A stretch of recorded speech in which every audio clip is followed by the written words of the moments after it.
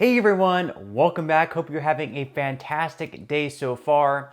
So in just 10 years, unfortunately, if nothing is done about the future solvency of the Social Security program, it looks like everyone receiving benefits, whether they're receiving them now and will be receiving them in the future, or future beneficiaries will be receiving a benefit cut of anywhere between 20 to 25%. That means that if you're receiving $1,000 in benefit, just for a hypothetical example, that $1,000 benefit will be cut down to anywhere between $750 to $800. This is obviously very, very significant. Now, with this, we both have some good news and bad news, the bad news of which will cost people around $1,000 per month or $12,000 per year in benefits by making this one costly mistake. And we're going to be going over ways in which you can make sure that you do not fall into this trap. But before we go ahead and dive into the main content of today's video, if you wouldn't mind helping me out real quickly by just giving this video a like, that just helps out with the good old YouTube algorithm, and also consider subscribing to my channel if you have not already. Okay, so as I just mentioned, of course, in 10 years, anywhere between, let's say, 2033 to 2034, according to recent projections, this date could always get moved up even closer in the future, depending on COLAs and how much money comes into the trust fund, certain things like that, and it could always even get pushed back a little bit further. We'll just have to wait and see. But by that date, if nothing is done, unfortunately, we are going to see a benefit cut for everyone receiving benefits at that point in time of anywhere between 20 to 25%. So this is obviously a big issue, and we can see here, this is a very real thing. We can see an article here from the Hill that Social Security Trust Fund on track to run out in 2033. So they say that reserves for Social Security's largest trust fund are on track to run out as soon as 2033. A board of trustees of the program account said in the recent report on Friday. The estimate is 1 year sooner than previously projected for the Old Age and Survivors Insurance Trust Fund, which pays out Social Security benefits to retirees, in the trustees' report from last year. If the reserves are depleted, the report projected income for the account would only cover 77% of scheduled benefits. So they're saying right there, this is from the Social Security Trustees report, there will be a 23% reduction in benefits if nothing is done about this. And we can see that from their previous report, this actually got moved up 1 year to 2033 instead of just 2034. So of course, in future years, this could get moved even closer. So this is a very real thing. And of course, we do have different lawmakers coming up with their own solutions. So we have a bill called the Social Security Expansion Act. And if that were to pass, beneficiaries of Social Security would receive a $200 per month raise. Those receiving the special minimum benefit would receive a $485 per month raise. But not only that, but they would actually increase the solvency all the way out until 2096. Now, the problem with this bill is that we have certain lawmakers on one side of the aisle who are against this plan. So at this time, it really has no chance of passing because it is not considered bipartisan. So obviously we have this issue on our hands. If nothing is done, if they can't come up with a bipartisan solution to this, beneficiaries are going to receive a cut of anywhere between 20 to 25%. And with this, of course, it's mostly bad news, but we do have some good news, which we're going to be going over as well, and also a way in which you can avoid falling into that trap of losing out on $1,000 per month in benefits. So according to the Motley Fool, there's good news about Americans' expectations of Social Security. And of course, in this article, we also go over some bad news as well. So they say that workers today don't seem overly reliant on those benefits. Millions of seniors today rely on Social Security to cover their living expenses in retirement, and that's certainly not a bad thing. What is problematic, though, is that a number of people end up retiring with no income to fall back on other than Social Security benefits. And those benefits will only replace about 40% of the average earner's pre-retirement wages. Most seniors need twice that much income to live comfortably, which is why retiring on Social Security alone is a dangerous thing. But new data reveals that many Americans are not planning to rely too heavily on Social Security once their career wraps up. And that means they may be less likely to end up financially stressed later on in life. They say that it's all about reasonable expectations. So many people struggle in retirement because they expect Social Security to cover all of their living costs, But according to Northwestern Mutual's most recent Planning in Progress study, Americans are relying on Social Security to provide 28% of their overall retirement income. That's the same percentage of income they expect to get from their retirement savings. And that also implies that people are, in fact, specifically setting money aside for retirement so they're not too dependent on Social Security. And I think that's pretty much the good news, that people in the future who are going to be receiving benefits, they're expecting this program to either not be around at all or to be slashed significantly. So they're saying, hey, we probably need to set up a better retirement plan than just receiving Social Security. Whereas a lot of people right now who are receiving it, it's a large chunk of their income. We've seen different studies out there saying that if Social Security benefits are slashed or it goes away, we're going to see poverty among the elderly double. It's just going to create very, very bad effects. So we definitely need to do something about the solvency of the program. We cannot receive a cut of 20 to 25%. Something absolutely needs to be done. And we can look at this chart up here on the screen here from the Social Security Administration.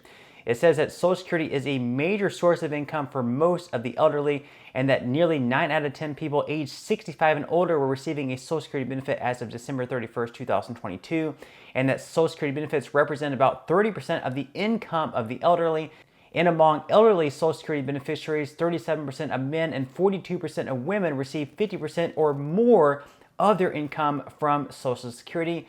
And then among elderly Social Security beneficiaries, 12% of men and 15% of women rely on Social Security for 90% or more of their income. So for a lot of beneficiaries out there today, Social Security, the benefits that are coming into them, that's 50% or more of their income. And for even more, and for 90% of,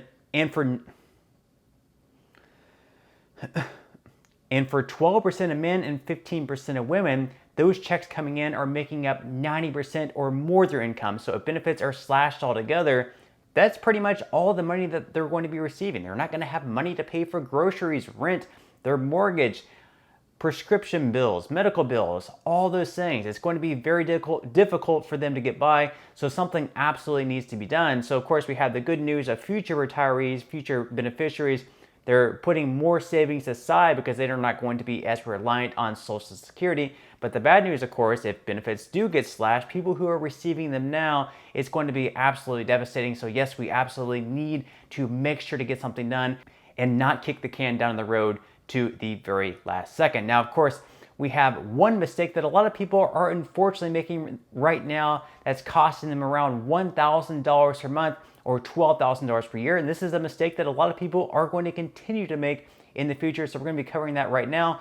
So this is also from the Motley Fool. It says the one simple mistake that could cost 70% of Social Security beneficiaries an average of $12,000 per year. So they say that a majority of workers are worried about Social Security solvency. That's something that we just went through.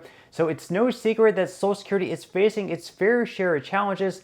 Since 1940, the year the first retired worker check was mailed out, the Social Security Board of Trustees has released an annual report that examines the short-term 10-year and long-term 75-year financial outlook for the program. It's effectively an under-the-hood look at Social Security's balance sheet, which allows anyone to see how the program generates income and where each of those dollars ends up. So they say, don't make this $12,000 mistake. The mistake that 70% of current and future beneficiaries may be making is allowing a false premise, the idea that Social Security is going to run out of funding, to affect the age at which they claim their retired worker benefit. So we can see a chart up on the screen right now, which is going to show how much you would be receiving depending on which age you decide to collect benefits. So right now, in 2023, you can decide to collect as early as 62. That's your early retirement age.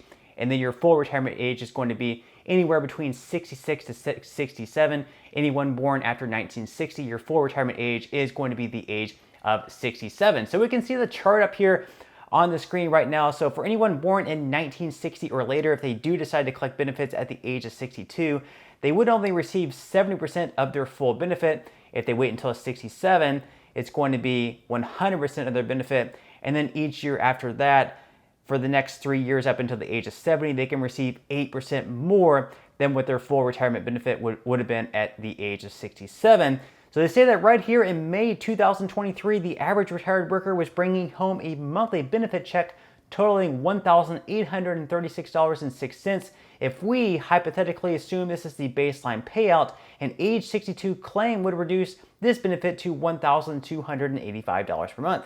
Comparatively, an age 70 claim would increase this benefit to $2,277 per month.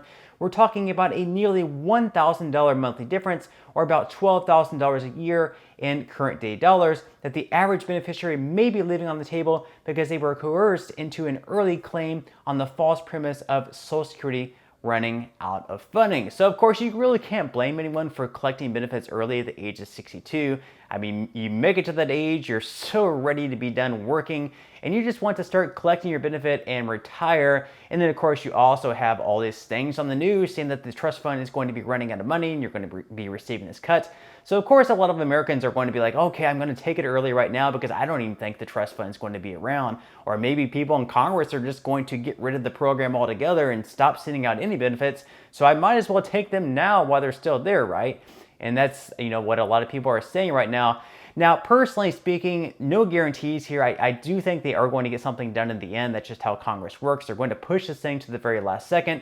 It might be a month before the program goes insolvent. It might be a week. We saw it with the debt ceiling issue. They're willing to kick the can down the road to the very last second because, unfortunately, we paid them $187,000 per year to go to Washington and not really get anything done for the people. But in the end, they are going to get something done because there's going to be enough political pressure that they do get something done. But they're not going to do it now. They're not going to do it tomorrow, most likely. They're going to wait until this thing gets to the very last second, scrap something together that's probably not going to be the best for us. They might be raising the full retirement age for younger retirees. But in the end, I am confident they are going to get something done. But let me know what your thoughts and comments are down below. Always interested to read them. But that's all the news that I have for today's video. I certainly hope that you enjoyed. If you did, again, I would greatly appreciate if you could give this video a like. Consider subscribing to my channel if you have not already. And I will see you in the next video.